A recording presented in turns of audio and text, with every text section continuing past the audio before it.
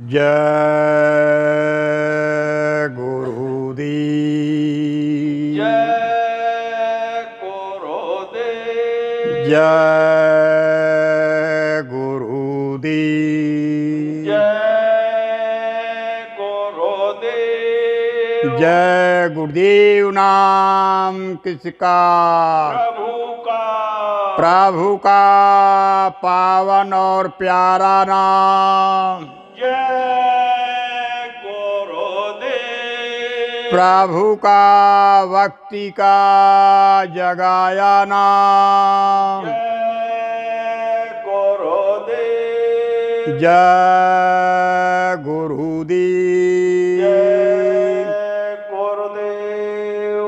इस क्षण में परम पूज्य आला फकीर रूहों के रहनुमा परम संत बाबा जय गुरुदेव जी महाराज की चरणों में कोटान कोटि नमन करते हुए सद्दे हजूर महाराज, जो हमारे इस संसदा के राष्ट्रीय अध्यक्ष, धर्म प्रचारक संसदा के प्रेमी भाई बहनों, गुरु महाराज की लगाई हुई बगिया के रखवारी और संभाल करने वाले, उनके चरणों में कोटानी कोटि नमन प्रणाम करते हुए आज हमारे इस इटावा जिले के जिम्मेदार अध्यक्ष हमारे उमेश भाई, हमारे इसी इटावा जिले के महामंत्री जी, हमारे इसी उसराहार के रहने वाले हमारे मलखान सिंह भाई, अभी हमारे आपके बीच में गुरु महाराज के निकले हुए वचन सुना रहे थे हमारे रतनलाल भाई साहब। आज हमारे इस सत्संग में भाग लेने वाले सभी भाई बहन, माताएं और बुजुर्ग, बच्चे और बच्चियां, सबको मेरा सादर वंदन, अभिनंदन और हृदय भरा जय गुरुदेव। जय गुरुदेव।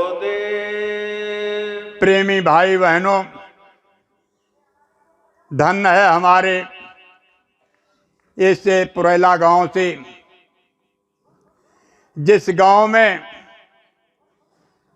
हमारे महाराज जी बीरन जी जो है, इस गांव को जगाने के लिए, इस गांव की मुक्ति और मोक्ष के लिए बहुत बड़ा परिश्रम कर रहे हैं। अपने लिए तो दुनिया करती है, लेकिन प्रेमियों, जो दूसरी जीवात्मा के हित के लिए काम करे वही सबसे बड़ा आदमी होता है। तो जीवात्माओं के लिए जो है हमेशा जो है उनके मन में यही रहता है कि हमको जो रास्ता मिल गया वो सबको ही मिल जाए। प्रेमियों, सौभाग्यशाली हो आप, जो ऐसे युग में आपको जन्म मिल गया, ऐसे गांव में आपको जन्म मिल गया, जिस गांव में एक ऐसा व्यक्ति है जो आपके लिए हमेशा जो है आपकी जीवात्मा के लिए लालायित रहते हैं कि ये भी जीवात्मा को निज धाम मिल जाए, ये जन्म मरण छूट जाए। इसलिए प्रेमियों, हमेशा आपके बीच में जो है गुरु महाराज के वचनों को सुनाने के लिए कहीं ना कहीं से प्रेमियों को बुलाते रहते हैं। ये प्रेमी भाई बहनों, बड़े आप सौभाग्यशाली हो जिस गांव में गुरु महाराज के निकले हुए वचन सुनाए जाते हैं। वैसे ही आपके ग्रंथ में लिखा हुआ है, क्या लिखा है कि बड़े भाग पायऊ सते संगा और बिनहि प्रयास मोह भ्रमो भंगा। हे प्रेमियों, जो चीज बड़े भाग से मिलती है उसको आपको कितने सरल से मिल रही है। परिश्रम करने वाला तो कोई और है, लेकिन आपको घर में बैठ के कहीं नहीं जाना पड़ा आपको सत्संग। ये प्रेमियों, सत्संग कहते किसको? जो हमारी सत्य जीवात्मा को सच्चा रास्ता बता दे निज धाम जाने का, वही प्रेमियों सच्चा सत्संग होता है। तो हमें आपके बीच में गुरु महाराज के निकले हुए वचन ये सुनाए जाते हैं।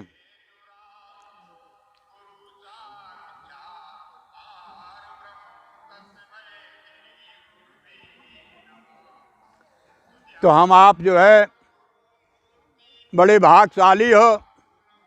इसलिए प्रेमियों, जो प्रेमी भाई बहन आप कितना ही गीता रामायण पढ़ो, कितना ही आप जो है तीर्थ व्रत करो, लेकिन आपको जो है अपने का ज्ञान नहीं हो सकता है। अपने को नहीं जान सकते हो कि मैं कौन हूँ, कहाँ से आया हूँ, हम किस लिए यहाँ आया हूँ और हम क्या कर रहे हैं, हमें क्या करना चाहिए, ये सब जानकारी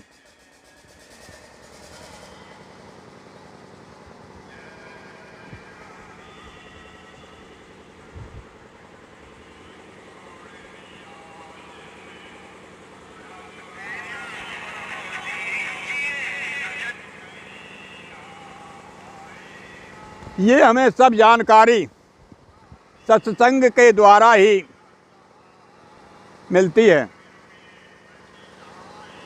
जब तक हमें सत्संग नहीं मिलेगा तब तक हम अपने को नहीं जान सकते कि हम कौन हैं, कहाँ से आया हूँ। इसलिए प्रेमियों, ये जानकारी सत्संग से होती है।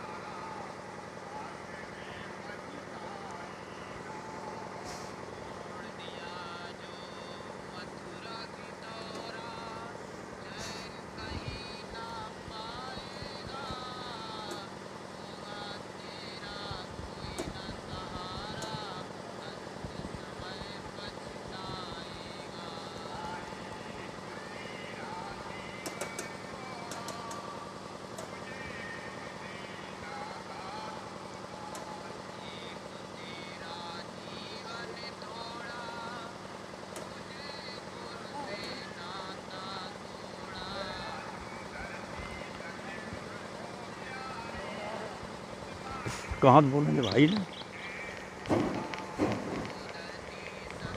हेलो, जय गुरुदेव।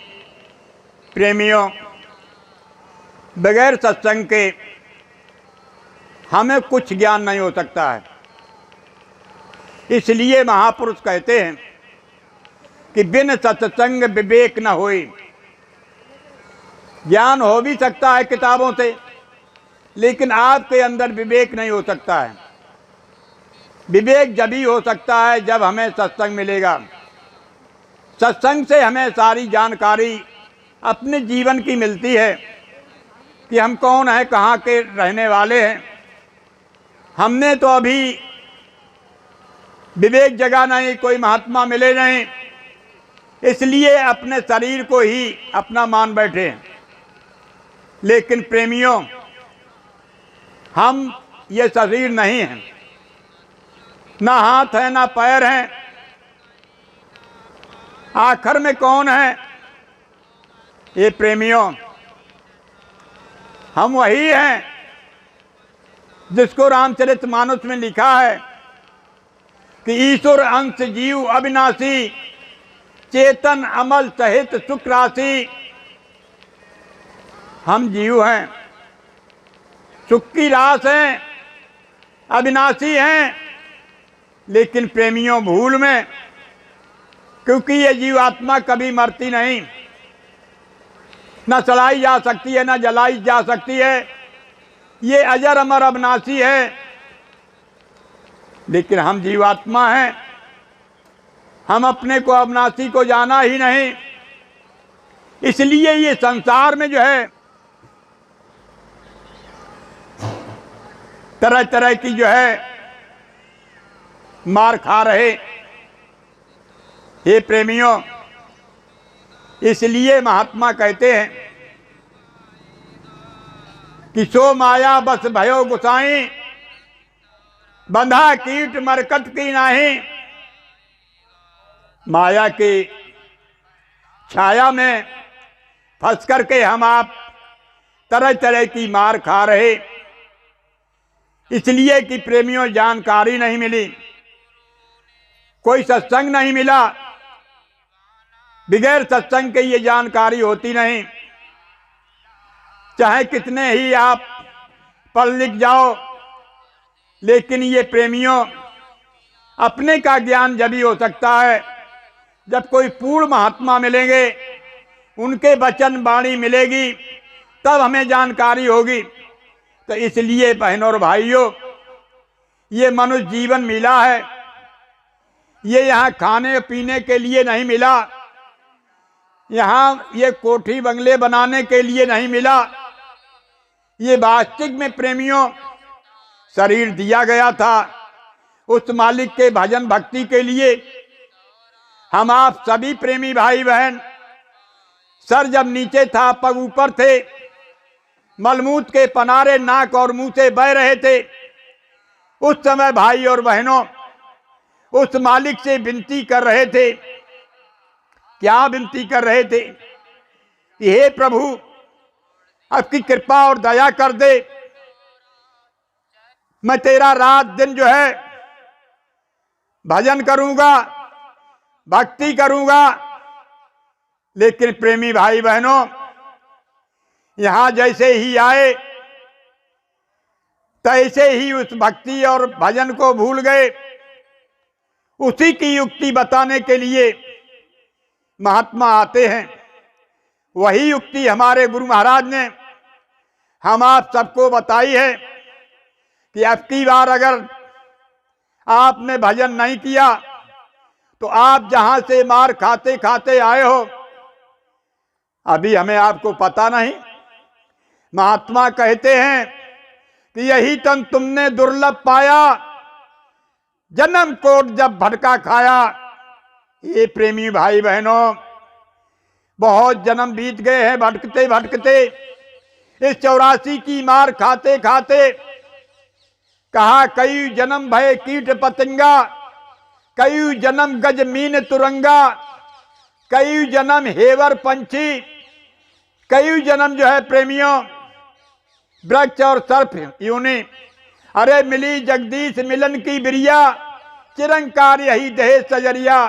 हे प्रेमी भाई बहनों, कई जन्मों जन्मों तक जो है हाथी और घोड़े में फिरते रहे, कई जन्म जो है कीड़े और मकोड़े की यूनी में, कहीं कुत्ते की यूनी में, कहीं सुअर बिल्ली की यूनी में। हे प्रेमियों, कबहू करी करुणा नर देही, देत ही से अरे हे सनही। कभी कभी जो है वो दया और कृपा करके इस पंच भौतिक शरीर में इस जीवात्मा को बैठार के यहाँ भेजता है कि यही जीवात्मा जो है मेरे घर वापस आ सकती है। वाकई जीवात्माएं जो है 84 लाख योनियों की, चाहे वो ब्रह्मा हो चाहे विष्णु शंकर हो, लेकिन उनकी जीवात्मा कभी जो है उस निज घर नहीं पहुंच सकती है, क्योंकि ये मनुष्य शरीर जो है 5 तत्वों से भरपूर है। इसलिए बहनों और भाइयों, वो ब्रह्मा विष्णु महेश तरीके जो है इस मनुष्य शरीर के लिए तरसते रहते हैं।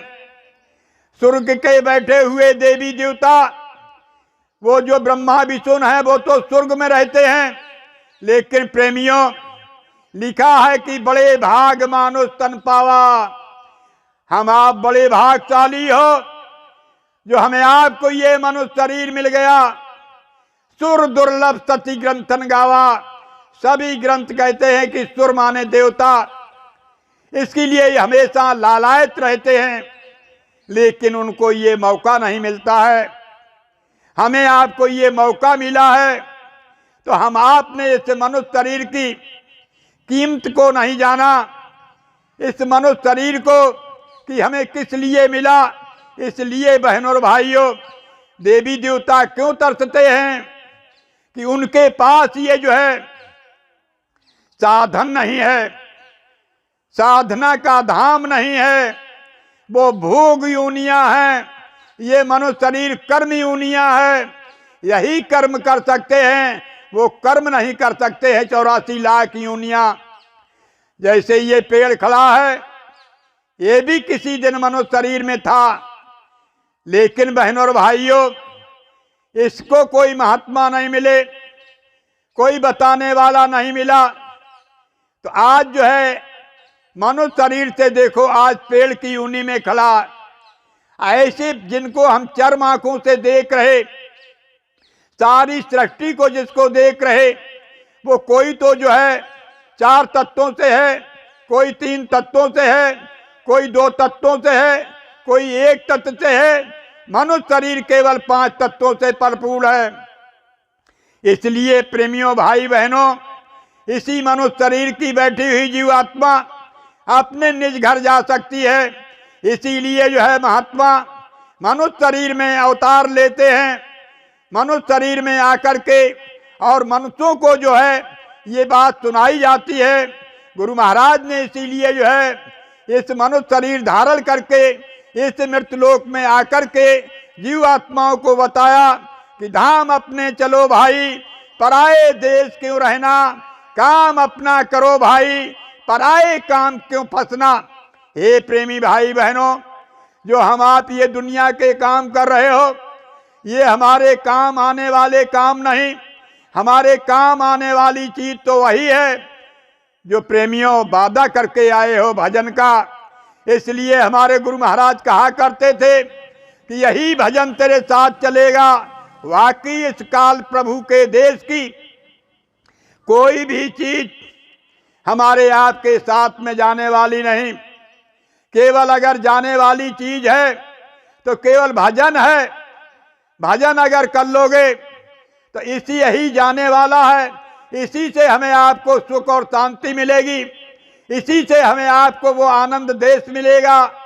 इस देश से जो निकल जाओगे 84 छूट जाएगी। इसलिए प्रेमी भाई बहनों, महात्मा बताते हैं कि मनुष्य शरीर पाके अगर आपकी बार अपना काम ना किया, आपकी अगर भजन ना किया, तो आपका ये वृथा तन चला जाएगा। फिर आपको दोबारा ये मनुष्य शरीर नहीं मिलेगा। इस मनुष्य शरीर की जो है कीमत और अहमियत को केवल महात्मा जानते हैं, वाकई कोई संसार में नहीं जान सकता। इसलिए हमारे गुरु महाराज ने जो है इस मनुष्य शरीर की जो है विख्याता को बताया कि यही जो है मनुष्य शरीर। गोस्वामी जी महाराज ने भी लिखा है कि ये साधन धाम मोक्ष कर द्वारा, पाए न जही परलोक सम्हारा। हे प्रेमी भाई बहनों, इस लोक के लिए नहीं शरीर मिला था, ये तो ग्रंथ साबित करते हैं, सिद्ध करते हैं कि ये परलोक के लिए मिला था। ये तो मृतलोक है, लेकिन परलोक का काम क्या है। हे प्रेमी भाई बहनों, इस मनुष्य शरीर में जो है दोनों आंखों के मध्य भाग में मोक्ष की एक खिड़की लगी है। वो किसी देवी और देवता के पास नहीं लगी, मनुष्य शरीर में जो है वो खिड़की लगी हुई है। अब वो खिड़की खोलने की विधि केवल जो है महात्मा जानते हैं, वो बताते हैं।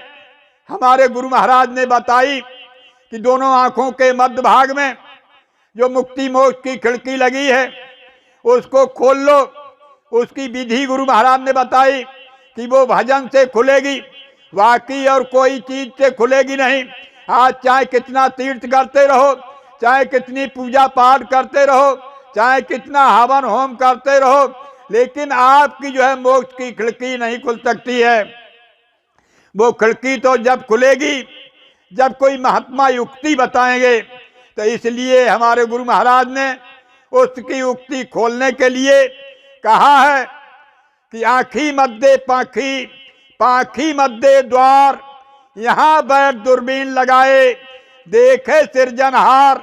हे प्रेमी भाई बहनों, गुरु महाराज ने कहा यहाँ दोनों आंखों के मध्य भाग में यही सच्चा आपका घाट है। इस घाट पर आप बैठोगे, आपकी जीवात्मा की आंख खुल जाएगी, जीवात्मा का कान खुल जाएगा, तो आपको जो है उस मालिक का दीदार हो जाएगा, आपको उस मालिक की आवाज सुनाई पड़ने लगेगी।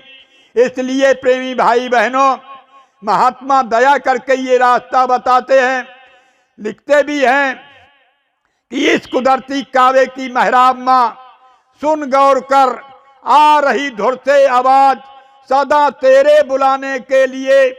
हमारे आपके लिए हमेशा बुलावा आ रहा है, लेकिन हम आप ये चर्म आंखों से, चर कानों से उसको सुनना चाहते हो, उसको देखना चाहते हो, तो उसको ना तो इन कानों से उसकी आवाज को सुन सकते हो, ना इन आंखों से उनको देख सकते हो।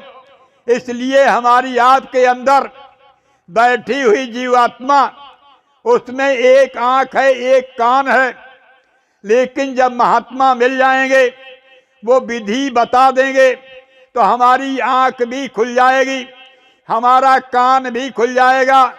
जब दो चीजें खुल जाएंगी तो हमारा लोक और परलोक दोनों ही बन जाएंगे। हमें आपको ये पता चल जाएगा कि हम कौन है, कहाँ के रहने वाले हैं। इसलिए प्रेमी भाई बहनों, अगर अब की बार ये विधि आपने ये काम ना किया, तो महात्मा कहते हैं कि सो परस्त दुख पावही, फिर सिर धुन धुन पछताए, कालई कर्मई ईश्वर है, फिर मिथ्या दोष। हे प्रेमी भाई बहनों, फिर आप अपने कर्मों को दोष दो, या काल को दोष दो, या ईश्वर को दोष दो, ये सब जो है व्यर्था है। क्योंकि आपको मनुष्य शरीर मिला, आपको इतना बड़ा अधिकार मिला है कि आप चाहे जो नरकों में चले जाओ, चाहे स्वर्ग में चले जाओ, चाहे वैकुंठ चले जाओ, चाहे आप अपने निज घर अमर लोक, जहाँ कोई जन्म और मरण नहीं, जहाँ कोई हरी बीमारी नहीं, जहाँ आनंद और आनंद में रहने वाली जीवात्मा, चाहे वहाँ चले जाओ। इसलिए प्रेमियों भाई बहनों, गुरु महाराज ने ऐसा रास्ता अंदर से बता दिया। बाहर से आपको इन आँखों से ना तो देवी देवता का दर्शन हो सकता है, ना इन कानों से उस मालिक की आवाज सुनाई पड़ेगी।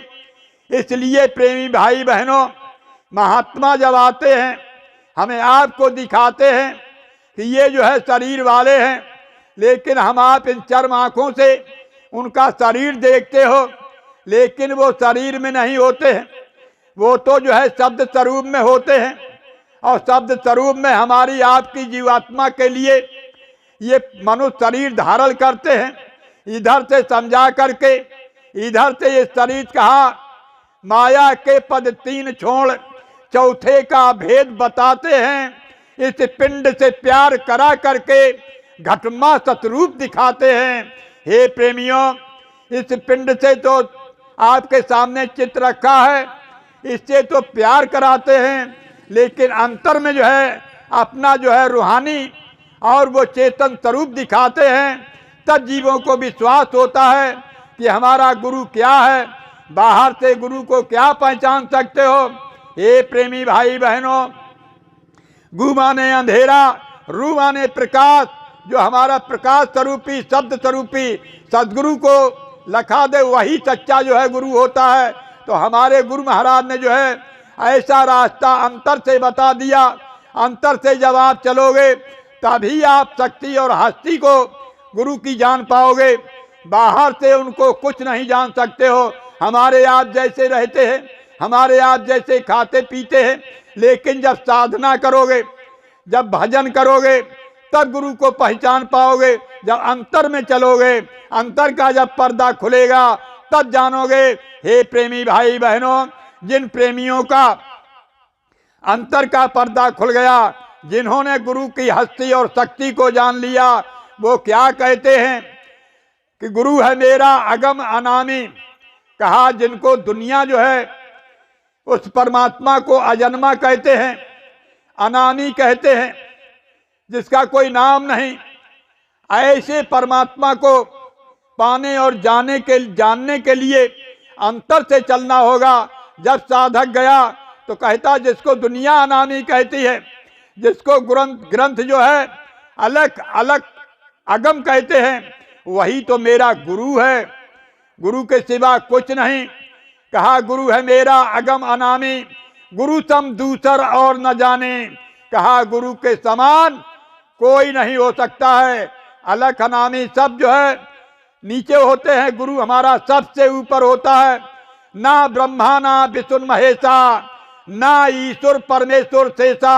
हे प्रेमियों, साधक कहता जब मैं अंदर गया, जब अंतर से गुरु को देखा, गुरु की शक्ति को देखा, तो ये ब्रह्मा जो इस सृष्टि के रचयिता है, विष्णु जो जीवों को पाल रहे, शंकर जो विनाश करने वाले, ईश्वर जिन्होंने जो है 4 खान 84 लाख यूनियां बनाई, जिन्होंने ये आकाश और पृथ्वी बनाई, अगर उनसे हमारे गुरु के सामने ये भी नीचे है, गुरु इनसे भी ऊपर जाता है। इसलिए बहनों और भाइयों, महात्मा कहते हैं कि गुरु ने सबका पद दर्शाया, जो जैसा था तीका तैसा गाया। गुरु ने सबका पद दर्शाया। हे प्रेमियों, आज जिनके सामयिक में आए हो, जिनका ये चित्र रखा है, इन्होंने प्रेमियों हमारे आपके बीच में राम आए, कृष्ण आए, बहुत से अवतार आए, बुद्ध आए, लेकिन और एक जैसे 4 अवतार बताए जाते हैं। कलयुग में जो है, सतयुग में प्रेमियों, सतयुग का एक अवतार, त्रेता में राम का अवतार, द्वापर में जो है कृष्ण का अवतार, लेकिन 4 अवतार बताए। हे प्रेमियों, जैसे द्वापर कलयुग में जो है बुद्ध अवतार, लेकिन ये जो है सदगुरु का अवतार जो होता है, ये सबसे ऊंचा होता है।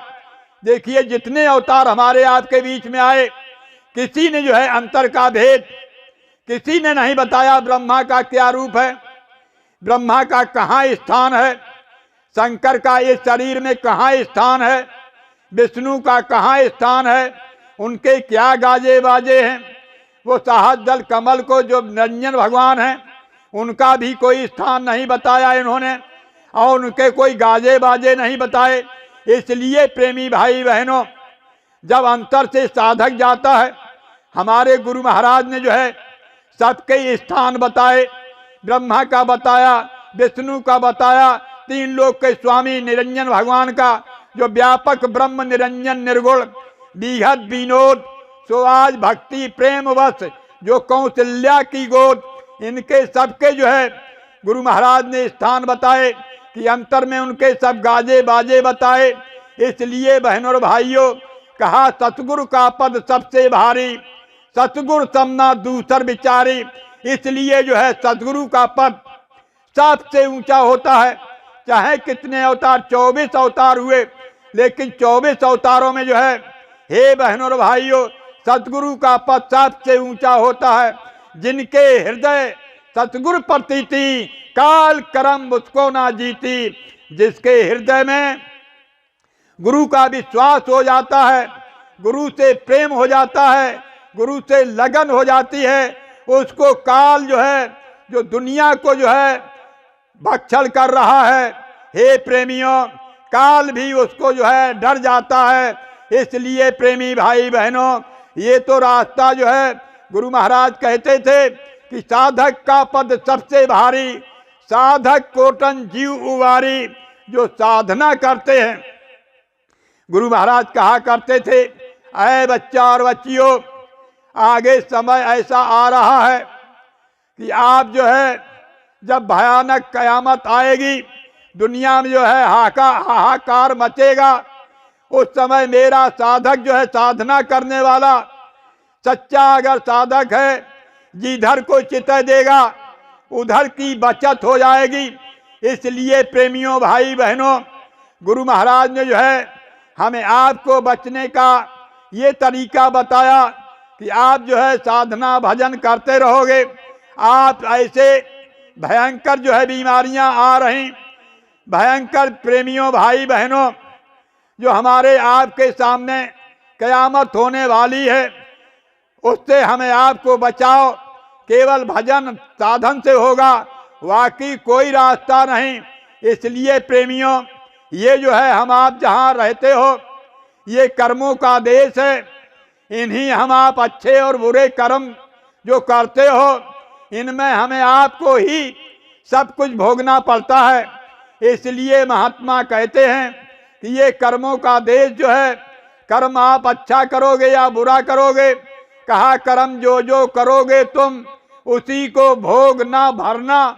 जो आप काम कर्म करोगे, मनुष्य शरीर मिला है, आपको कर्म करने के लिए मिला है। आपको जो है मनुष्य शरीर में आजादी है, चाहे अच्छा करो या बुरा करो, आपको सभी दोनों कर्म जो है आपको ही भोगना पड़ेंगे। आप अगर अच्छे कर्म करोगे आपको स्वर्ग मिल जाएगा, आप स्वर्ग में पहुंच जाओगे। आप स्वर्ग में, जैसे यहाँ मृतलोक में 100 साल की उम्र दी जाती है, तो आपको अच्छे कर्मों से आप स्वर्ग में पहुंच जाओगे, तो आपकी उम्र जो है 1000 वर्ष की मिल जाएगी। वहाँ आप 1000 वर्ष रहोगे। आज कलयुग में तो कोई उम्र भी नहीं, लेकिन वैसे जो है प्रेमी भाई बहनों, 100 साल की रखी गई थी, लेकिन आज कलयुग में कोई उम्र नहीं। तो आप जब स्वर्ग में पहुंच जाओगे, तो आपकी 1000 वर्षें जब खत्म हो जाएंगी, तब आपको पुनः फिर इस मृतलोक में भेज दिया जाएगा। इसलिए महात्मा कहते हैं कि तप कर राज राज कर नरखा। आपने तप किया, अच्छे कर्म करे, तो आपको स्वर्ग मिल गया, लेकिन आपके पुण्य जब क्षीण हो जाएंगे तो आपको पुनः इस मृतलोक में पटक दिया जाएगा। आपको अच्छे घर में जन्म मिल जाएगा, किसी राजा महाराजा बन जाओगे। लेकिन राजा बन के फिर कौन अच्छे कर्म करता है? फिर आपको खोटे और बुरे कर्म करने लगे, फिर आप नरक और 84 में जाने लगे। यही हमारा आपका सिलसिला चलता रहता है। लेकिन कभी हमें आपको जो है इस मृतलोक से, जन्म और मरण से कभी छुटकारा नहीं होता है। इसलिए प्रेमी भाई बहनों, गुरु महाराज ने हमें आपको जो है अति दया करके जो है और ये रास्ता बता दिया कि इस मृतलोक में जो है इन दोनों कर्मों से अगर बचना चाहते हो तो शुभ और अशुभ कर्म दो बांधो। मानी शुभ अशुभ कर्म दो जब जल जाएंगे तब आपको जो है यहाँ से निकलना होगा। शुभ और अशुभ कर्म दो नाश है, तब होवे रमपुर में वास है। जब शुभ अशुभ कर्म जलाओगे, कहा योग यज्ञ प्रगट कर कर्म शुभा शुभ लाओ। आप जो है कर्म जब आपके शुभ अशुभ कर्म जल जाएंगे, तब आपको जो है इस जीवात्मा का छुटकारा हो जाएगा। जब तक आप अच्छे और बुरे कर्म करते रहोगे, तब तक आप फंसते रहोगे। इसलिए महात्मा कहते हैं कि ये जो है कर्म भूत सब जग को लागा, याते बचा नहीं कोई जागा। हे प्रेमी भाई बहनों, ये कर्मों का ऐसा भूत है इस संसार में कि किसी को छोड़ता नहीं। आप अच्छा करोगे तो आपको भोगना पड़ेगा, बुरा अगर करोगे तो आपको भोगना पड़ेगा। जैसे कि प्रेमी भाई बहनों, आपको इतिहास में लिखा है कि आपको त्रेता युग में जो है राम का अवतार हुआ। जब राम का अवतार हुआ उस समय बहनों और भाइयों बाल था और बाल अन्यायी था। तो इसलिए जो है प्रेमी भाई बहनों, बाल और सुग्रीव की लड़ाई होती रहती थी। लेकिन राम जो है सुग्रीव की मदद में, हे प्रेमियों, वो मदद करते थे। और जब मदद करते थे, बाल को इतना वरदान था कि उनके सामने जो लड़ने जाता था उसका बल जो है आधा चला जाता था बाल में। इसलिए सुग्रीव कई बार जो है पलाश होकर के और लौट गया हार मान के। लेकिन प्रेमियों, राम को जो है सुग्रीव की मदद करनी थी, तो अब सुग्रीव को कैसे मारें? तब सुग्रीव को मारने के लिए वही बाल ने जो है देखो पेड़ों की आड़ में खड़े होकर के और उनके ऊपर बाण चलाया और बाल को वध कर दिया। हे प्रेमियों, बाल को मार दिया। जब बाल को मार दिया और उसे त्रेता युग में, तो वो बाल जो है तो देखो प्रेमियों, अब जब द्वापर आया तो वही बाल बहलिया बन करके आ गया। वही राम जो है द्वापर में जो है कृष्ण भगवान बन करके आ गए। अब जो है जब कृष्ण भगवान को जो है बन करके आ गए और इधर महाभारत हो गया, और महाभारत के हो जाने के बाद में कृष्ण भगवान जो है एक दिन जाकर के और एक पेड़ के नीचे जो है जंगल में जाके अपने पैर पर पैर रख करके और वहां आराम कर रहे थे। इधर से जो है वो बहलिया निकला शिकार के लिए। जब बहलिया ने देखा कि उनके पैर में कृष्ण भगवान के पदम था, वो चमक रहा था। कृष्ण भगवान के पैर में जब पदम चमक रहा था, बहलिया ने सोचा कि ये हिरण की आंख है। हे प्रेमियों, हिरण की आंख समझ करके जो है बहलिया ने बाण चला दिया। जब बहलिया ने बाण छिप करके चलाया तो देखो कृष्ण के पदम में लगा जाके। जब पदम फाट गया, लोहू लुहान हो गया। उधर से बहलिया जो है भाग करके आया और उसने जो है सोचा कि शिकार हो गई। लेकिन वहां जब नगीच आया तो देखा क्या कि कृष्ण भगवान, और कृष्ण भगवान को जब देखा तो बहलिया कांपने लगा, रोने लगा, गिड़गिड़ाने लगा, कहने लगा प्रभु हम पर गलती हो गई, हमें माफ कर दो। तो कृष्ण भगवान तो त्रिकालदर्शी थे, उनको भूते और भविष्य का सब जानकारी थी। इसलिए प्रेमियों, भाई बहनों, कृष्ण भगवान ने उस बहलिया को समझाया कि तेरी कोई गलती नहीं है, गलती तो मैंने करी थी। उस त्रेता युग में उन्होंने पूरा वृत्तांत बताया कृष्ण भगवान ने कि त्रेता में तू बाल था, मैं उस समय राम था, मैंने छिप करके मारा था, आज तुझने छिप करके मार लिया, आज मेरा तेरा आदान प्रदान खत्म हो गया, अब मैं अपने धाम को जा रहा। हे प्रेमियों, हम आप यहाँ आए हो, अगर हम आप जो है अच्छे बुरे कर्मों में फंसे रहोगे, किसी को मारोगे, किसी को काटोगे, किसी की बेईमानी करोगे, किसी को सताओगे, किसी को धोखा दोगे, तो ये हमें आपको छोड़ नहीं सकता है। हमें आपको वो धोखा देगा, जिसको हम आप काटोगे वो हमें आपको काटेगा। इसलिए प्रेमी भाई बहनों, इन कर्मों से अगर बचना चाहते हो, अपनी जीवात्मा को जो है आज़ादी दिलाना चाहते हो, तो आप किसी महात्मा के शरण में चले जाओगे तो आपको जो है इस जीवात्मा को जो है जन्म जन्म की जो है आज़ादी मिल जाएगी, आपकी 84 छूट जाएगी, आपको नरक छूट जाएगा। इसलिए प्रेमी भाई बहनों, ये जीवात्मा जो है करोड़ों करोड़ जन्मों की आई हुई महात्मा जो है कभी नहीं मिले। जब महात्मा मिल जाते हैं वही सच्चा रास्ता बताते हैं। तो आज कलयुग में जो है ये सच्चा रास्ता जीवों को अपने घर जाने का ये बताया गया। इसके पहले जो है ना तो ये रास्ता सतयुग में था, ना ये त्रेता में था, ना ये द्वापर में था। ये सच्चा रास्ता आज कलयुग में महात्माओं ने जो है इस जीवात्मा को आज़ादी दिलाने के लिए ये बताया है। और कहा है कि सतयुग त्रेता, कहा सतयुग योगी सब विज्ञानी, करि हरि ध्यान तरह भव प्राणी, तेता विविध यज्ञ नर करहीं, प्रभु समर्पित भव जल तरहीं। हे प्रेमी भाई बहनों, सतयुग में जो है 1 लाख वर्ष की आयु थी। मन आपका हाथी के समान था, जैसे हाथी चलता है, प्राण आपके हड्डी में थे। हे प्रेमी भाई बहनों, उस समय सभी योगी और विज्ञानी थे, सभी जीवात्माएं आती और जाती थीं, अपने निज घर चली जाती थीं। लेकिन काल प्रभु इस जीवात्मा को जो उधर से मांग करके ले आए, इन्होंने जब देखा कि जीवात्माएं तो आती और जाती हैं, हमारी सारी मेहनत बेकार में चली गई, तब इन्होंने प्रेमी भाई बहनों ये जो है 4 खान 4 जेलें और 84 लाख यूनियां शुभ अशुभ कर्म ये सब काल भगवान के बनाए हुए हैं। उसी में ये जीवात्माएं जो है फंसा दी उसने। काल प्रभु ने जो है जब फंसा दी प्रेमियों तो ये जीवात्मा जो है 84 लाख योनियों में मार खाने लगी। तब त्रेता आया।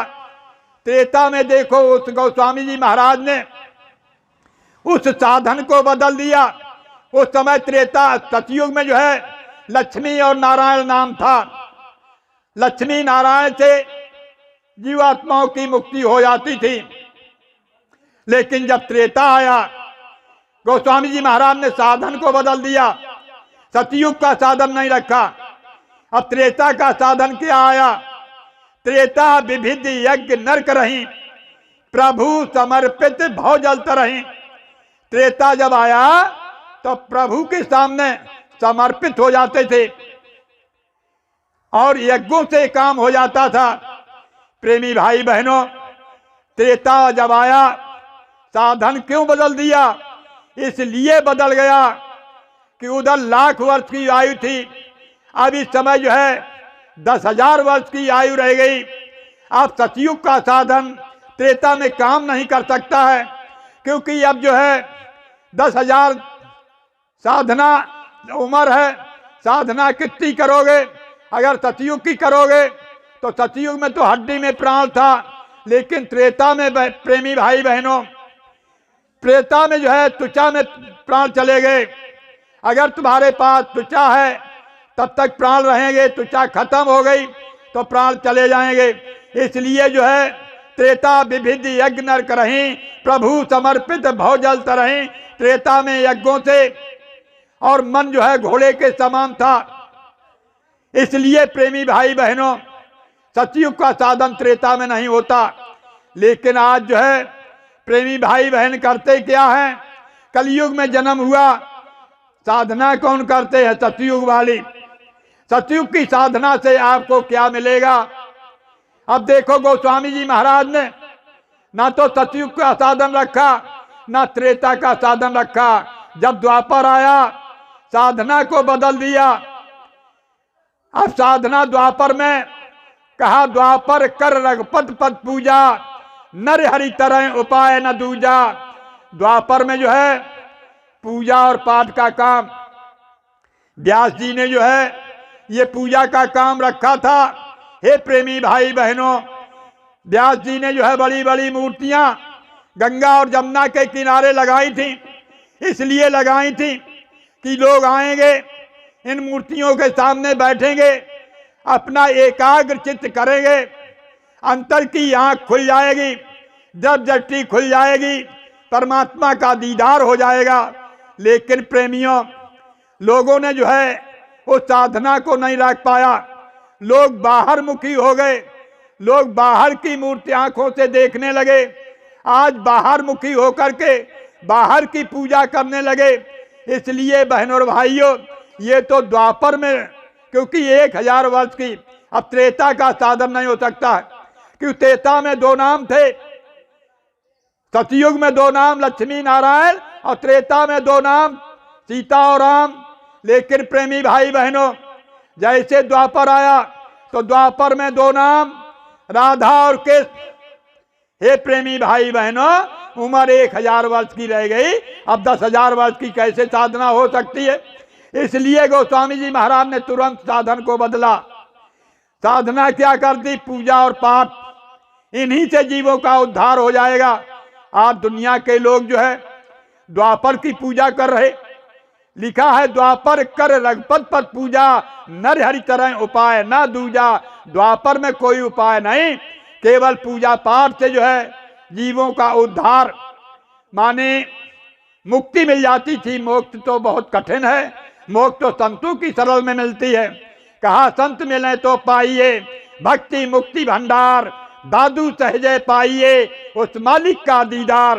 हे प्रेमियों पलटू साहब ने कहा अगर संत मिलेगा तो आपको मुक्ति और मोक्ष और परमात्मा का दीदार मिल जाएगा। संत ना मिला तो आपको मुक्त तो हो सकते हो, इस संसार से मुक्त मिल जाएगी, लेकिन आपको मालिक नहीं मिलेगा, आपको निज धाम नहीं मिलेगा। इसलिए प्रेमी भाई बहनों, द्वापर में ये काम था, लेकिन जब कलयुग आया तो उस गोस्वामी जी महाराज ने, जिसकी हम आप प्रेमी भाई बहन रामायण का पाठ करते हो, वो कथा को सुनते हो, रात दिन रामायण को पढ़ते हो, लेकिन रामायण पर चलते कहाँ हो, रामायण की मानते कहाँ हो। हम राम को तो मानते हैं, कृष्ण को तो मानते हैं, लेकिन ना तो राम की मानते हैं, ना कृष्ण की मानते हैं, ना रामायण की मानते हैं, ना गीता की मानते हैं, किसी को नहीं मानते। देखिए प्रेमी भाई बहनों, अगर हम गीता की मानते होते तो कृष्ण भगवान एक समय जो है ऊधों को लिए और जंगल में जा रहे थे, ऊधों को लिए जब जंगल में जा रहे थे, कृष्ण भगवान नीचे की तरफ देख रहे थे। ऊधों जी ने कहा, माधो आप जमीन की तरफ क्या देख रहे हो? तब कृष्ण भगवान ने कहा, हे ऊधों, ये जो आपके सामने से निकला ये पता है कौन है? ऊधों जी कहने लगे, ये कीड़ा है। कहने लगे कृष्ण भगवान, ये कीड़ा नहीं, हे ऊधों, ये स्वर्ग का इंद्र है, ये स्वर्ग का राजा इंद्र है। ये किसी दिन जो है इंद्र था और ये ब्रह्मा था, आज ये कीड़ा बन करके ये जमीन पर रेंग रहा है।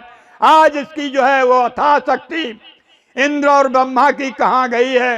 हे ऊधों, आज इसको जमीन पर रगड़ के पैर से मार सकते हो। ये प्रेमी भाई बहनों, जब ऐसे इंद्र और ब्रह्मा यहाँ इस मृतलोक में आ सकते, कीड़ा बन सकते हैं, तो हम आप क्या चीज हो। इसलिए प्रेमी भाई बहनों, आज कलयुग के संतों ने सीधा लिख दिया है उस रामचरितमानस में कि यही कलकाल न साधन दूजा, कोई दूजा साधन नहीं। यही कलकाल न साधन दूजा, जब तब व्रत और न पूजा। कहा ना पूजा का, ना व्रत का, ना हवन होम का, किसी का नहीं। को साधन कौन है?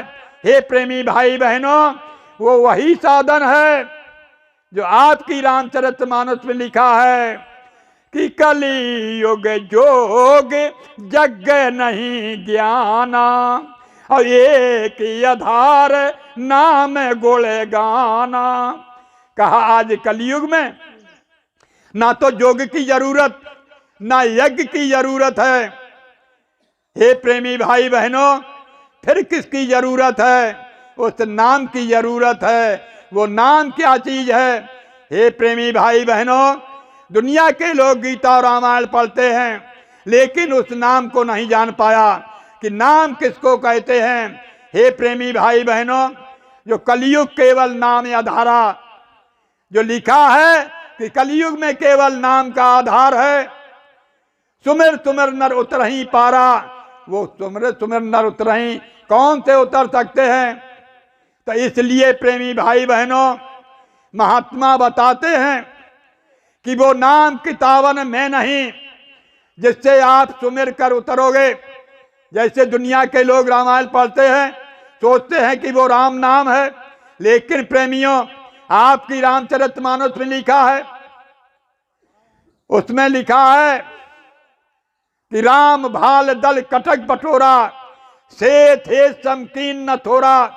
जिस समय राम जो है लंका के लिए जा रहे, उस समय रास्ते में जो समुद्र मिला, उसमें जो है प्रेमियों पार करने के लिए एक पुल की आवश्यकता पड़ी। तो जो है नीलनल जो है वरदानी थे, पत्थर में लिख देते थे राम नाम, पत्थर तैर जाता था। हे प्रेमियों, राम ने सोचा कि जब इनके लिखने और डालने से पत्थर तैर जाता है, तो एक पत्थर का टुकड़ा उठाया, राम ने भी वहां डाला, लेकिन वो डूब गया। जब पत्थर डूब गया, हनुमान को शंका हो गई, हनुमान को शंका हो गई कि राम को शंका हो जाएगी। तुरंत राम जी के पास आए और कहा कि हे प्रभु, शंका की तो कोई बात नहीं, आप जिसको ढील दोगे, छोड़ दोगे, वो तो डूब ही जाएगा। लेकिन प्रेमियों, ऐसी बात नहीं। बात तो ये थी कि वास्तविक में जो है राम में पावर नहीं था, वो तो नाम में पावर था। कहा नाम लेत भव सिंधु सुखाई, करो विचार सुजन मन माही। कहा विचार करने की बात है कि नाम लेने से अगर भवसागर सूख जाए तो फिर पुल की कोई आवश्यकता नहीं। आप विचार करो कि वो कौन नाम है जिससे भवसागर सूख जाए। हे प्रेमियों, वही नाम के लिए महात्मा कहते हैं कि वो नाम सदा संतन आधीना, संत बिना कोई नाम न चीना। वो तो संतों के अधीन है। जब आप संतों के पास जाओगे तब आप नाम को पहचान पाओगे, नाम को जान पाओगे। ये लिखने और पढ़ने वाला, ये लिखने पढ़ने बोलने वाला, इसको नाम नहीं कहते। नाम के दो पहलू होते हैं। एक बड़ात्मक नाम होता है। बड़ात्मक नाम से आपकी जीवात्मा के लिए कुछ मिलने वाला नहीं। आपको धुनात्मक नाम, धुन कहते हैं आवाज को, आवाज कहते हैं शब्द को। हे प्रेमियों, जब आपको धुनात्मक नाम मिलेगा तब आपकी जीवात्मा का उद्धार होगा, आपका कल्याण होगा। वो धुनात्मक नाम का भेद आपको कहाँ मिलेगा? वो किताबों में नहीं मिलेगा, वो विद्वानों के पास नहीं मिलेगा। वो तो नाम का भेद संतों के पास मिलेगा। संत जब मिलेंगे तब हमें आपको वो नाम मिलेगा। उसी नाम से जो है ये जीवात्मा आई। जैसे कबीर ने कहा कि पोथी पढ़ते जग मरा, पंडित भया न कोई, ढाई आखर प्रेम की पढ़े तो पंडित हो। कहा ढाई अक्षर। हे प्रेमी भाई बहनों, ढाई अक्षर जानते हो? ढाई अक्षर 52 अक्षर से अलग होते हैं, उनको कहते हैं शब्द। ढाई अक्षर को कहते हैं शब्द। अरे हम आप लिखे पढ़े हो, लिखा हुआ पढ़ लेते हो, लेकिन महात्मा त्रिकालदर्शी होते हैं। वो पहले जो है पढ़ते हैं, इसके बाद में लिखते हैं। उन्होंने जब उसे ढाई अक्षर को पढ़ लिया, ढाई अक्षर के भेद को जान लिया, तब यहाँ हमें आपके लिए जो है ये सारी लेखनी बताई चलाई। कहा सत्य बिना सारा जगंधा, उस ढाई अक्षर को कहते हैं सत्य। सा आधा बा और दा, क्या हुआ? सत्य। सगे प्रेमी भाई बहनों, इसलिए महात्मा कहते हैं कि जब तक आपको शब्द का भेद नहीं मिलेगा तब तक आपकी जीवात्मा का उद्धार नहीं होगा। आपकी जीवात्मा अपने निज घर नहीं पहुंच सकती। इसलिए महात्मा कहते हैं सत्य बिना सारा जगंधा, काटे कौन करम की फंदा, सत्य बिना सब ही मत मंदा। चाहे कितने मतदान चलते हो, चाहे कितने पंथ चलते हो, लेकिन प्रेमियों अगर सत्य का भेद मालूम नहीं तो सब मन के चलते हैं, वो मन मतिक के चलते हैं। इसलिए महात्मा कहते हैं सत्य बिना सब ही जग अंधा, काटे कौन करम की फंदा। शब्द के बगैर हमारे आपके जो अंदर कर्म है, अच्छे बुरे जो जीवात्मा पर चढ़े हैं, वो प्रेमी भाई बहनों कोई नहीं काट सकता। वो तो जब शब्द स्वरूपी सदगुरु मिलेंगे वही इस जीवात्मा के कर्मों को अलग करेंगे। ये शब्द के सहारे जीवात्मा इस मृतलोक में आई है, और शब्द जब मिलेगा तभी ये पहुंचेगी। तभी महात्मा कहते हैं कि शब्द है धरती, शब्द आकाशा, शब्द है शब्द हुआ प्रकाशा। हे प्रेमी भाई बहनों, ये हमें आपको चरम आंखों से जो दिखा रहा है, ये पिंड अंड खंड ब्रह्मांड, ये शब्द के सहारे हैं। ये मनुष्य शरीर जो है जब इससे शब्द निकल जाएगा तो ये भी मिट्टी हो जाएगा। लोग कहेंगे कि मर गया। इसलिए जो है ये शब्द का भेद जब तक मालूम नहीं होगा तब तक हमारी आपकी जीवात्मा अपने निज घर नहीं पहुंच सकती है। इसलिए प्रेमी भाई बहनों, हम आप बड़े भाग्यशाली हो। जिनको ऐसे वक्त में ऐसे महापुरुष ने ये रास्ता बता दिया, सभी प्रेमी भाई बहनों को ये बताया जाता है। जिनको अभी रास्ता नहीं मिला उनको हमारे भाई रतनलाल ने अभी बताया था कि होरी के प्रोग्राम में आपको ये रास्ता मिलेगा। उस रास्ते को लेकर के सद्दे हजूर महाराज जो है आपको रास्ता बताएंगे, आपकी जीवात्मा को निज घर पहुंचाने का दावा और वादा करेंगे। और गुरु महाराज कहकर के गए हैं, कहा करते थे, हे प्रेमी भाई बहनों, हमारे आपके लिए जो है ऐसा मथुरा में ऐसा अजीब मंदिर बनवाया। गुरु महाराज ने ऐसा सारे विश्व के अंदर कहीं ऐसा मंदिर नहीं बना जिसकी छत के नीचे जो है 60,000 लोग बैठ के साधना कर सकते हैं। ऐसा अजूबा मंदिर मथुरा के अंदर बना हुआ। गुरु महाराज कहा करते थे, ऐ बच्चा और बच्चियों, आप आते और जाते रहो, आप आते जाते रहोगे तो आपका काम बन जाएगा। किस लिए बन जाएगा? एक समय प्रेमी भाई बहनों कृष्ण भगवान से जो है मुक्ति की बात, मुक्ति ने बूझा कि वृंदावन की गैल मां मुक्त पड़ी बिलखाए, मुक्ति कहे गोपाल से मेरी मुक्ति बताओ। अब गोपाल कृष्ण भगवान क्या कहते हैं कि पड़ी रहो इसी गैल मां, साधु संत कढ़ जाए, उनकी उड़ रज मस्तक पड़े, सहज मुक्त हो जाए। हे प्रेमी भाई बहनों, वो गुरु महाराज की करम भूमि मथुरा में ऐसी सहज अगर मुक्ति चाहते हो आप वहां चले जाओगे। गुरु महाराज कहा करते थे, बच्चा आपके लिए 2 ही आपके गुरुद्वारा हैं, या तो मथुरा में या फिर खितौरा में। हे प्रेमी भाई बहनों, इसी इटावा जिला तहसील भरथना में गुरु महाराज की जन्मभूमि ऐसा अजूबा मंदिर बना हुआ है कि आप उस मंदिर को देखोगे आप ये पता नहीं चला पाओगे कि ये मंदिर है कि मस्जिद है, ये गिरजाघर है कि गुरुद्वारा है।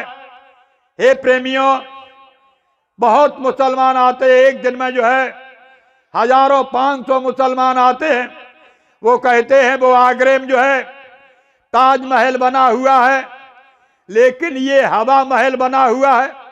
हे प्रेमियों, वो भी आते हैं, ऐसा मंदिर खितौरा में बना हुआ। गुरु महाराज कहा करते थे, ऐ बच्चा और बच्चियों, अपने अगर जो है बुरे कर्मों को, कोई वहां रुपया पैसा की मांग नहीं होती, वहां तो ये होता है आप अपने जो है बुरे कर्मों को चढ़ा दो, उसके बदले में एक जो है भलाई मांग लो, एक आपकी मनोकामना पूरी हो जाएगी। आप अगर बुराई को चढ़ा दोगे, इसलिए प्रेमियों ऐसा मंदिर बना हुआ, कहा बना जय गुरुदेव का मंदिर, गरीबों की कमाई से मुरादें हो रही पूरी, कि तुम भी वहां चले आओ। हे प्रेमियों, धन है ऐसे इटावा जिला को, जिस जिले में ऐसे महापुरुष ने जन्म लिया। कृष्ण भगवान ने द्वापर में जन्म लिया था मथुरा के अंदर। आज भी प्रेमियों देश और विदेश के लोग जो है वहां मत्था टेकने जाते हैं उसकी जन्मभूमि पर, जब कृष्ण भगवान है नहीं। कृष्ण भगवान ने मथुरा बनाई भी नहीं थी, लेकिन प्रेमियों हमारे गुरु महाराज ने खितौरा में अपने हाथ के द्वारा ये मंदिर का निर्माण किया। वो मंदिर देखो, कृष्ण भगवान कहते हैं कि जहां संत कल जाते हैं उनके चरणों की धूल पड़ जाती है तो मुक्ति और मोक्ष मिल जाती है। हे प्रेमी भाई बहनों, वही परम संत जो है बाबा जय गुरुदेव की ऐसी खितौरा में भूमि बनी हुई।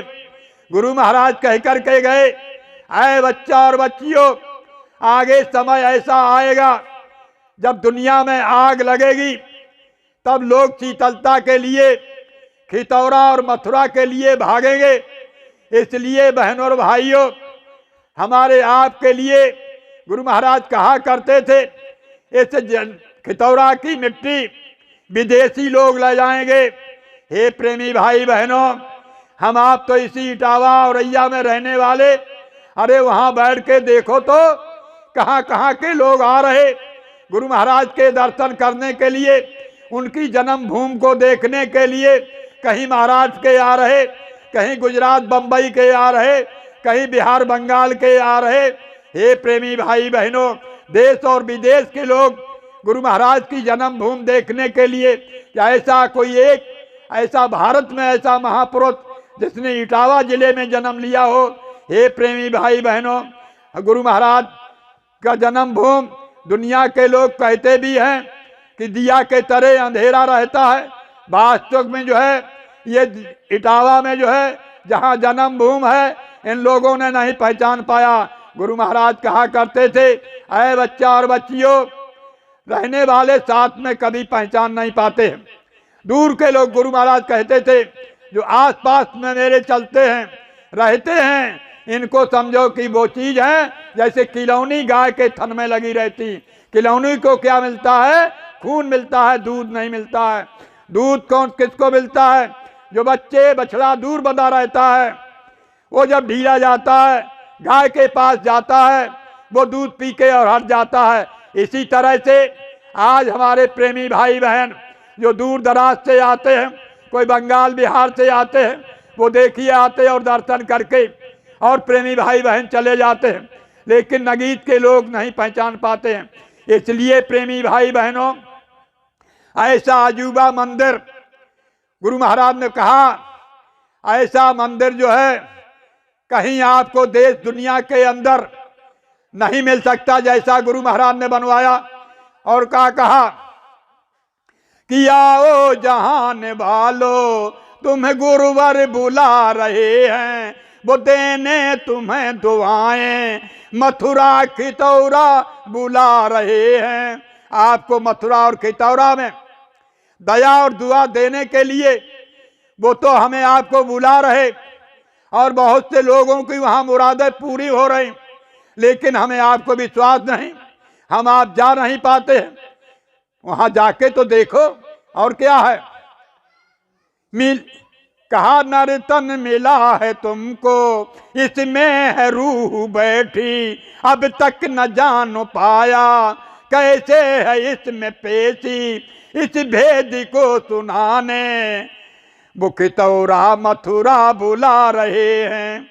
आओ जहान वालो तुम्हें गुरुवर बुला रहे हैं। आपको पता नहीं कि मेरी जीवात्मा इस शरीर में कहां पर बैठी है, कहां से आई है? इसका सारा भेद बताने के लिए सद्दे हजूर महाराज हमें आपको बुला रहे कि आप मथुरा में चले आओ। होरी के प्रोग्राम में आपको पता चल जाएगा कि मैं कौन हूं। और क्या कहते हैं कि तुमने भटक भटक के दर दर प्रभु को ढूंढा, वो पास था तुम्हारे अंदर कभी न ढूंढा, उसका पता ठिकाना वो देने बुला रहे हैं। आओ जहान वालो तुम्हें गुरुवर बुला रहे हैं। ये प्रेमियों, कहीं तो लोग जो है काशी चले गए, कहीं मथुरा चले गए, कहीं अयोध्या में चले गए, उस मालिक को परमात्मा को ढूंढने के लिए, उस आनंद को प्राप्त करने के लिए सारा जीवन लगा देते हैं, लेकिन ना तो आनंद मिला ना वो परमानंद मिला। हे प्रेमियों, उस आनंद और परमानंद के लिए सद्दे हजूर महाराज आपको होरी के प्रोग्राम में 3 दिन का प्रोग्राम होगा, उसमें आपको बुला रहे। आपको ये पता चल जाएगा कि मैं कौन हूँ, मैं कहाँ से आया हूँ। इसलिए प्रेमी भाई बहनों, अगर सच्चा रास्ता पाना है, अपनी जीवात्मा को मुक्ति मोक्ष दिलाना है, तो अब की बार श्रद्धे महाराज बुला रहे। और क्या कहते हैं? लिखा है कि वो नाम है निराला जिसको न राम पाया, वो कलमा है इलाही निर्गुण सगुण लखाया। वो नाम धन को अब की वो खुल कर लुटा रहे हैं, आओ जहान वालो तुम्हें गुरुवर बुला रहे हैं। ये प्रेमियों, आज जो है सद्दे हजूर महाराज उस नाम को जो है खुलकर मंच से द्वारा उसको भेद बता रहे हैं जीवात्मा को निज घर पहुंचाने के लिए। इसलिए बहनों और भाइयों, अगर उनके पास पहुंच जाओगे तो आपको सच्चा रास्ता अपने घर जाने का मिल जाएगा, सच्चा नाम मिल जाएगा जो राम को नहीं मिला, जिनको दुनिया भगवान कहती है। अगर मिल जाता राम को वो नाम, तो आज रामचरितमानस में ना लिखा होता कि कहां कहां लग नाम बढ़ाई, राम न सके वो नाम गुण गाई। कहा उस नाम की महिमा, गोस्वामी जी महाराज कहते मैं कहां तक कहूं। उस नाम को जो है राम भी गुणगान नहीं कर सकते।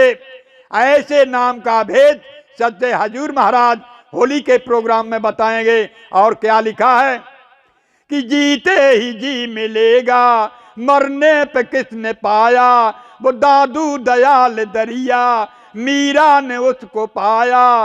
वो आदि नाम डोरी वो सबको गहा रहे हैं, आओ जहान वालो तुम्हें गुरुवर बुला रहे हैं। ये प्रेमियों, आदि नाम गुरु महाराज कहते थे, अरे बच्चा बच्चियों, जो आदि नाम है, जो सनातन नाम है, उसी का मैं भेद बता रहा हूं।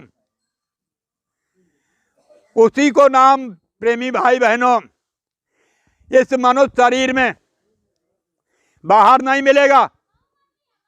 अभी हम बता गए कि बाहर वो नाम किताबों में नहीं मिलेगा।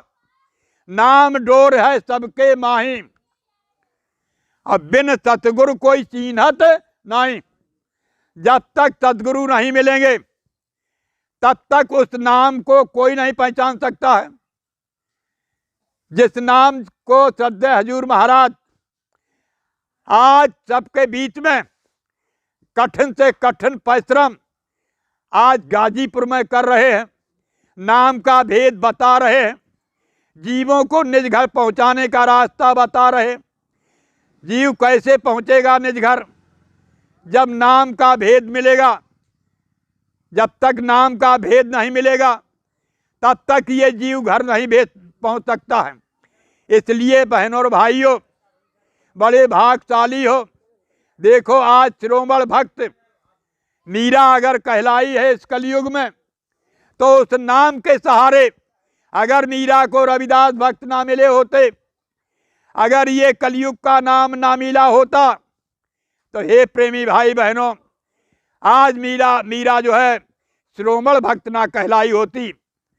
जब रविदास से मीरा को नाम मिला तो वही मीरा अपने पद में गा रही कि पायो जी मैंने आज नाम रतन धन पायो, कहा बस तमोलक दई मेरे सतगुर, कहा कर कृपा अपनायो, जन्म जन्म का सोया मनुआ, ये सतगुर शब्द जगायो, पायो जी मैंने आज नाम रतन धन।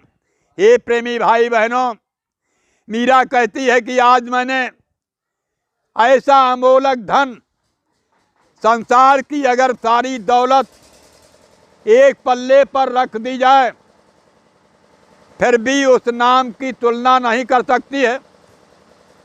मीरा कहती जो मेरे गुरु महाराज ने नाम दान दिया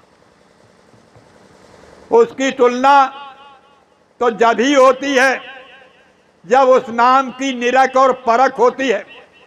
इसलिए बहनों और भाइयों, ऐसे नाम को मीरा पा करके आज गदगद हो गई।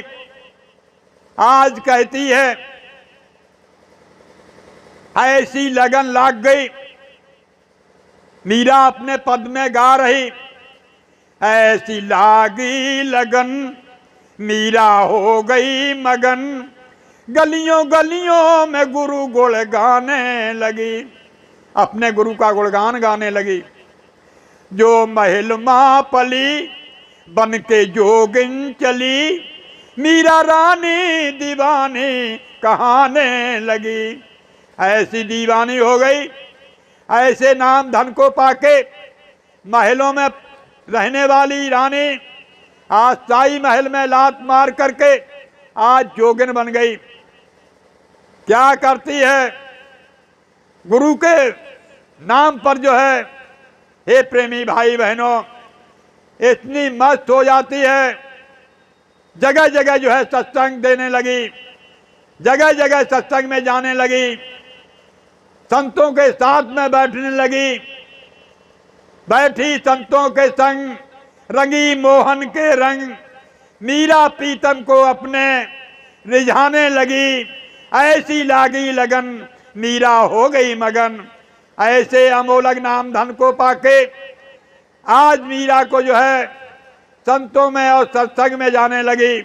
हे प्रेमियों भाई बहनों, आज उसने लोक और लाज सब कुछ अपने रख दी और ऐसे मालिक के रास्ते पर चल पड़ी। कहा लोक लाज कुल की मर्यादा, यही गले की फांसी, आगे धर पर पीछे धर्यो, लोग करें सब हंसी। हे प्रेमी भाई बहनों, जो संत मत में जुड़ जाते हैं, अगर आगे पग धर के पीछे धरते हैं तो उनका दुनिया जो है लोक और परलोक ही बिगड़ जाता है। इसलिए जिन प्रेमी भाई बहनों ने ये रास्ता सच्चा मिल गया, उस रास्ते पर अगर चलते रहोगे, कहा नर्तन मिला है तुमको ये प्रभु के पाने के लिए, कहा प्रभु का भजन तू कर ले, हिंसा को छोड़ करके ये जीवन सफल बना ले, कुछ काम अपना कर ले, न वरना सजा मिलेगी, मैं उसको बता रहा हूं। हे प्रेमियों, अगर अब की बार अपना काम नहीं किया तो इतनी बड़ी सजा मिलेगी कि उस सजा से जो है निकलना, भोगना मुश्किल पड़ जाएगा। इसलिए प्रेमी भाई बहनों, अगर इसी मनुष्य जन्म में किसी संत की खोज कर करके और उसके शरण में पहुंच जाओगे, सच्चा रास्ता अगर मिल जाएगा, इसी रास्ते के लिए बहनों और भाइयों, उस प्रभु को पाने के लिए, उस आनंद के लिए जो है संत और महात्माओं की खोज में बड़े बड़े राजा महाराजाओं ने जो है अपनी सारी हस्ती को खो दिया, लेकिन महात्मा नहीं मिले। प्रेमियों भाई बहनों, दुनिया लोकलाज में लगी रही। जैसे एक राजा थे, वो अपना राज करते थे पीपा साहब, लेकिन परमार्थ की जो है बड़ी उनको चाह थी कि परमार्थ कैसे मिलेगा, परमात्मा का दीदार कैसे होगा, मुक्ति और मोक्ष कैसे मिलेगी। हे प्रेमी भाई बहनों, रात दिन जो है सोचते रहते थे। उन्होंने लोगों से पूछा, कहा कि भैया ये बताओ कि ये 84 कैसे छूटेगी, मुक्ति मोक्ष कैसे मिलेगी, परमार्थ कैसे मिलेगा। लोगों ने बताया कि जब कोई संत मिलेगा। उन्होंने कहा कोई है मौके पर, इस समय कोई संत है? हे प्रेमियों, जब उन्होंने राजा पीपा ने पूछा कोई संत है, तो लोगों ने बताया कि कबीरदास, गरीबदास, ये तो संत थे लेकिन वो खत्म हो गए। इस समय अगर भक्त का संत है, हे प्रेमियों, आज दुनिया के लोग क्या करते हैं कि पिछली टेक निभाते हैं, पिछली नाम को लेते हैं, पिछले रास्ते को लेते हैं, लेकिन भक्त को नहीं देखते हैं। कबीरदास कह के गए थे कि नाम भक्त का खोज तेरे भले की कहूं, तू वैद भक्त का खोज तेरे भले की कहूं। हे प्रेमी भाई बहनों, तू संत भक्त का खोज तेरे भले की कहूं। जब भक्त का गुरु होगा, वो हमें आपको सब कुछ बताएगा।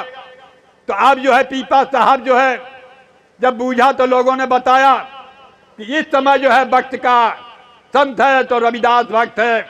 हे प्रेमी भाई बहनों, पीपा साहब रविदास भक्त के लिए जो है सोच रहे कि हम तो क्षत्रिय हैं और राजा हैं, वो जूतियां गांठने वाला जो है और जात का चमार है, मैं उसके यहाँ कैसे जाऊं राजा बन करके। हे प्रेमी भाई बहनों,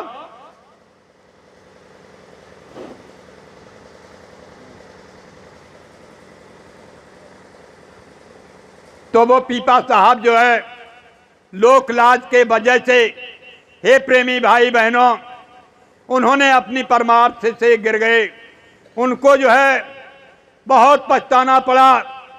आखिरी में प्रेमी भाई बहनों, अब कुछ है क्या करूं, इधर से इशारा हो रहा कि समय हो रहा, तो इसलिए अपनी वाणी को मैं यहीं विराम करना चाहता हूं, क्योंकि बताना तो आपको कुछ और था, लेकिन अब समय के आधार पर हमारे महामंत्री जी का इशारा हो रहा, तो मैं अपनी वाणी को विराम करता हूं।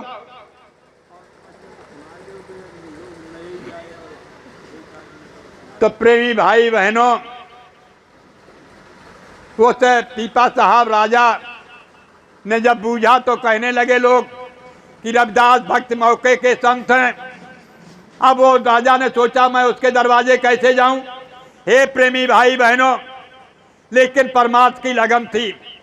जिसको लगन और चाह होती है, जिसको भाव और विरह होता है, उसको परमात्मा मिलने की कोई जल्दी नहीं, देरी नहीं, तुरंत ही उसको मिल जाता है। परमार्थ की चाह थी। एक दिन दशहरा पड़ गया। राजा ने सोचा आज दशहरा है, सब लोग गंगा स्नान करने के लिए चले गए। आज शहर की सारी गलियां खाली थी। राजा जो है तुरंत निकला, सोचा कि कोई नहीं देख पाएगा, आज चलो रविदास भक्त के यहाँ चलेंगे। हे प्रेमी भाई बहनों, तुरंत जो है राजा निकला और रविदास के कुटिया पर पहुंच गया। रविदास भक्त जो है बैठे हुए थे। जैसे राजा पहुंचा, रविदास भक्त ने सोचा कि आज तो मेरे दरबार में राजा आया है, आज राजा को ऐसी वस्तु दें जो राजा ही कुछ जाने, जो उसकी कभी जन्म कितने बीत जाए लेकिन मिटने वाली वस्तु नहीं, ऐसे अमोलक धन को देंगे। हे प्रेमी भाई बहनों, रविदास भक्त के पास जब राजा गया, तुरंत उन्होंने जो है चरणामृत लिया। जहां जो है चमड़ा फूल रहा था, उसका पानी का चरणामृत बना करके और तो उस राजा की ओर बढ़ाया। राजा ने सोचा कि अरे हरे, यहाँ कहाँ से आ गए, यहाँ तो मेरा दीन और धर्म दो जा रहे। एक तो जात का चमार और जूतियां गांठने वाला, इसके बाद में चमड़े का पानी पिला रहा है, कैसे पिया जाए छत्री होकर के। हे प्रेमियों, उस समय तो राजा ने हाथ बढ़ा दिए चरणामृत के लिए, लेकिन अपने कुर्ते पर गिरा लिया, मुख में नहीं जाने दिया। उसकी बाहों पर जो है पानी गिर गया। बाहों पर जब पानी गिर गया, बाहों पर जो है चमड़े का दाग पड़ गया कुर्ते में। जैसे कुर्ते में दाग पड़ा, राजा वहां से निकल पड़ा। सोचने लगा कि आज तो बच गए, क्योंकि आज जो है हमारा दीन और धर्म सब चला जाता। गलियां खाली पड़ी थी, कोई नहीं था। राजा चुपके से अपने महल में पहुंच गया। हे प्रेमी भाई बहनों, तुरंत कपड़ा कुर्ता उतारा, धोबी के यहाँ भेज दिया। धोबी ने जब उसको धोया, उस दाग को नहीं छुटा पाया। तुरंत अपनी मासूक लड़की को ये आदेश किया, कहा कि बिटिया इस कुर्ते को साफ कर दो, इसका दाग छुटा दो अपने दांतों से चूस करके, क्योंकि राजा का कुर्ता है। हे प्रेमी भाई बहनों, वो धोबी की लड़की ने जैसे कुर्ते का दाग छुटाया, अपने दांतों से चूस चूस करके, हे प्रेमी भाई बहनों, वो थूक को लीलती गई। जो उस चमड़े का दाग था उसको लीलती चली गई। देखो प्रेमी भाई बहनों, संतों की करामात को, संतों की महिमा को, जैसे वो दाग गया अंदर उसके, तैसे उस लड़की का अंतर का पर्दा खुल गया। जब अंदर का पर्दा खुल गया, ऊपर की बातें सुनाने लगी, ऐसी बातें सुनाने लगी।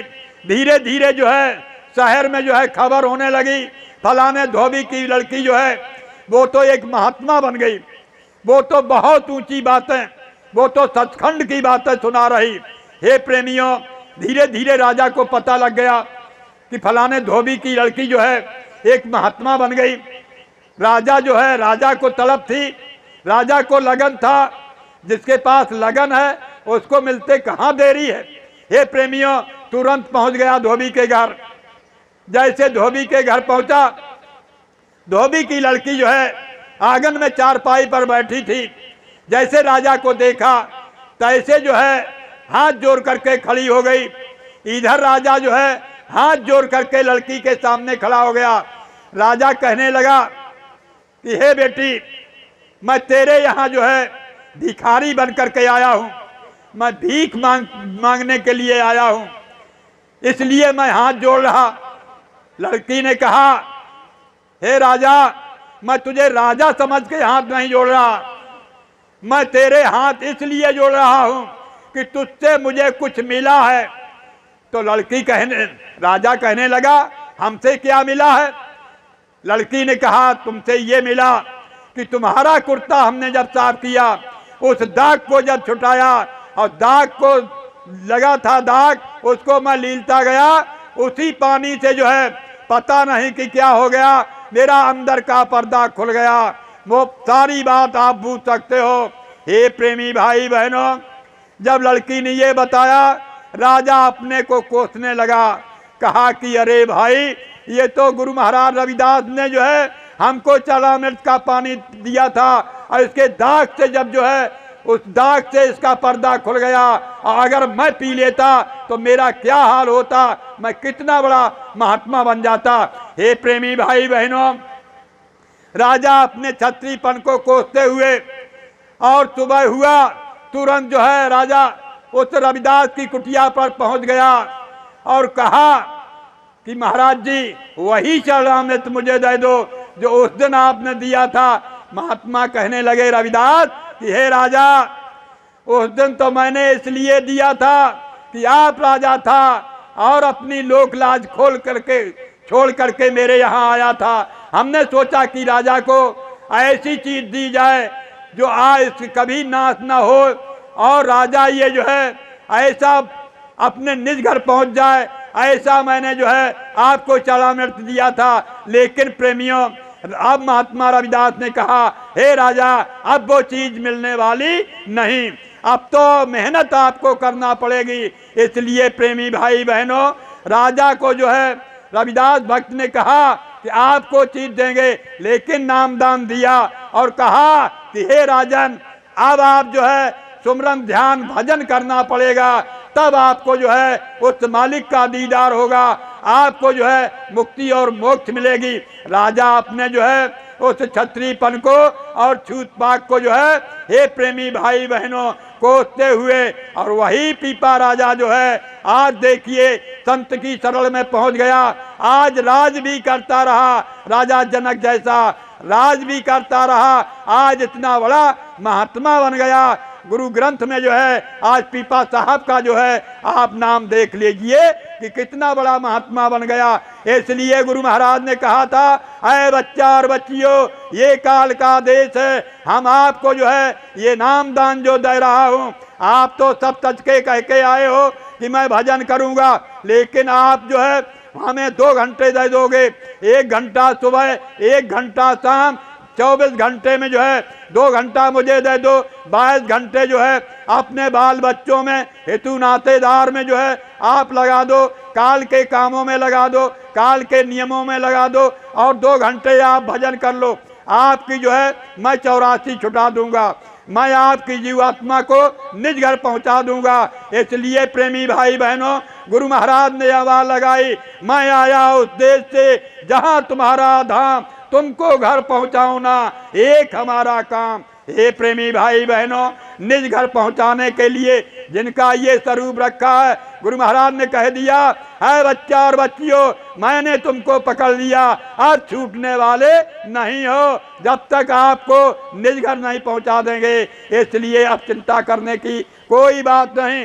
जिनको रास्ता नहीं मिला वो भी प्रेमी भाई बहनों अगर पहुंच जाएंगे मथुरा में, कहा है अभी वक्त है गुनाहों को माफ तू करा ले, संतों की शरण में जाके कुछ भक्ति को कमा ले। हे प्रेमी, भूले हुए को राहें वो संत ही बताते हैं, जो जीव यहाँ भूल गया उनको रास्ता सच्चा बताने वाले केवल महात्मा होते हैं, संत होते हैं। वही श्रद्धे हजूर महाराज हमें आपको जो है रास्ता बता रहे कि अपने घर चलो, अपने देश चलो। ये तो काल का देश है। यहाँ जो प्रेमी भाई बहनों नाना प्रकार के दुख उठा रहे, जीवात्मा जो है काटी जा रही, मारी जा रही, कितना कष्ट। अरे दुख, गुरु महाराज कहा करते थे कि दुख में देखा तुमको जब ही, दया उठी हम आए तब ही, आय किया हम तब उपदेशा, शब्द माही तुम करो प्रवेशा। हे प्रेमी भाई बहनों, गुरु महाराज ने जो है ये मनुष्य शरीर धारण करके हमें आपको जो है निज घर ले जाने के लिए ये रास्ता बताया।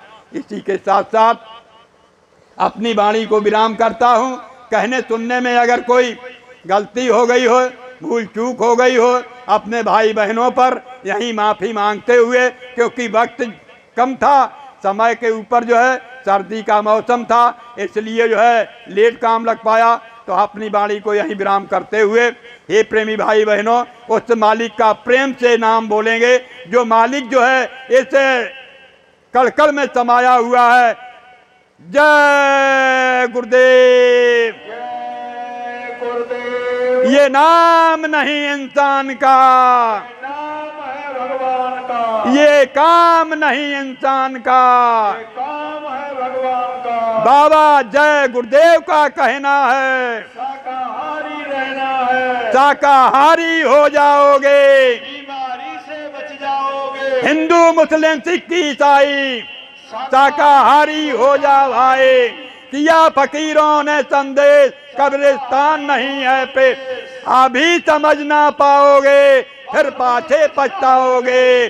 कुदरत है नाराज खड़ी, आगे तबाही बड़ी बड़ी। अगर नहीं मानोगे प्यारे, तोबा तोबा करोगे प्यारे, अगर नहीं मानोगे प्यारे, तोबा तोबा करोगे प्यारे। अभी वक्त है बचना चाहो, समय है बचना चाहो, अभी वक्त है बचना चाहो, फिर मत कहना हमें बचाओ। बाबा जय गुरुदेव की अर्जी है, आगे आपकी मर्जी है। सच्चे हजूर महाराज का कहना है, हाथ जोड़ के विनय हमारे, हो जाए सब शाकाहारी, हाथ जोड़ के विनय हमारे। हो जाए सब शाकाहारी। जय गुरुदेव।